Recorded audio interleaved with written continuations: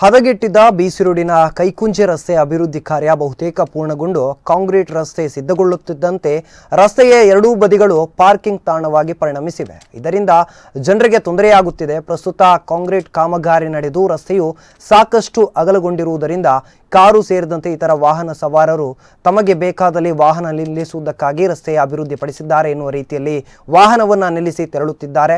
ಇನ್ನು ಈ ರಸ್ತೆಯಲ್ಲಿ ಸಾಗುವ ವಾಹನಗಳು ಎಲ್ಲಿ ಸಾಗುವುದಕ್ಕೆ ಅನುಕೂಲವಿದೆ ಎಂದು ಹುಡುಕಿಕೊಂಡು ಹೋಗಬೇಕಾದ ಸ್ಥಿತಿ ಎದುರಾಗಿದೆ.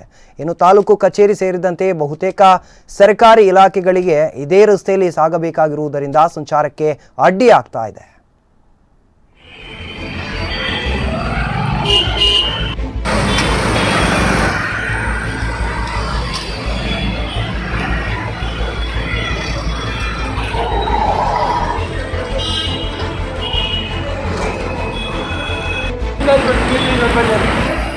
ಅಲ್ಲ ಅಲ್ಲ ನೀನು ಬಿಸಿರಾಗಣ ನೀನು ಎಲ್ಲ ಅಂತಿಲ್ಲ ನಿಮ್ಗೆ